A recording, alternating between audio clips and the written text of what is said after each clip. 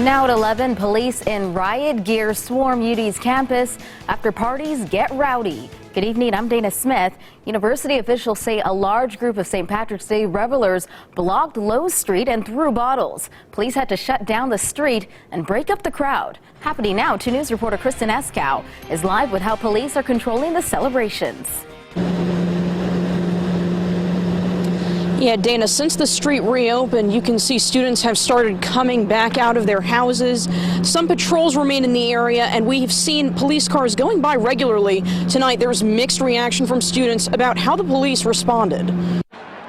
This is what we saw on Lowe Street around 4 this afternoon. Students outside homes celebrating St. Patrick's Day. Everyone was just partying, having a good time. There wasn't anything crazy or anything like that. But by about 6:30, police presence escalated to this. Leave this area.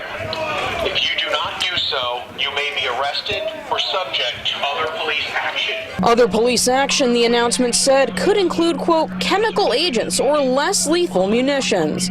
Some witnesses tell me shortly before this, they saw students crowding the street and a few throwing what looked like beer cans, some say at police officers. They were like just a select few who were throwing them at the cops. University officials say there were people throwing things at officers, saying in a statement, quote, University of Dayton Police and Dayton Police determined that a large crowd blocking Lowe Street, throwing objects at police and others, and not responding to police commands presented an extremely dangerous situation on Saturday afternoon.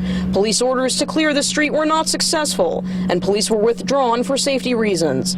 Officials say the street was cleared in about half an hour without any issues, and no arrests were made.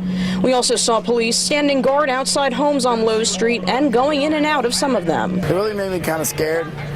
I was honestly kind of nervous until the riot shields came out. Then I kind of felt very uneasy and everything. One student says he also saw a car windshield smashed. Some students say they understand where the police are coming from. Others argue they overreacted. I think they're doing a good job. We were a little bit frightened at first, and then, nobody.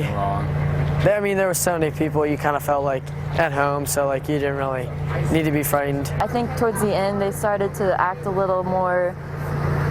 They just kind of started to take it up too many notches a little bit, and with the masks it seems a little too over the top. And police reopened the road around 8 this evening, but we have still seen patrols out here as well. The university officials say they'll keep up a strong police presence out here through the night and tomorrow. We're live in Dayton. Kristen Eskow, 2 News, working for you. All right, thanks, Kristen. Well, this is not the first time parties have gotten out of control on campus. Back in 2013, riots broke out and police made a number of arrests. Back in 1992, several fires were started in the student neighborhood. A year before that, in 1991, a crowd threw rocks, bottles, and cans at a vacant UD house, causing $2,000 in damage. And in 1990, there were several fires set on the sides of houses. Those were later ruled arson. To stop the violence, UD started having a spring break over St. Patrick's Day for the next 10 years.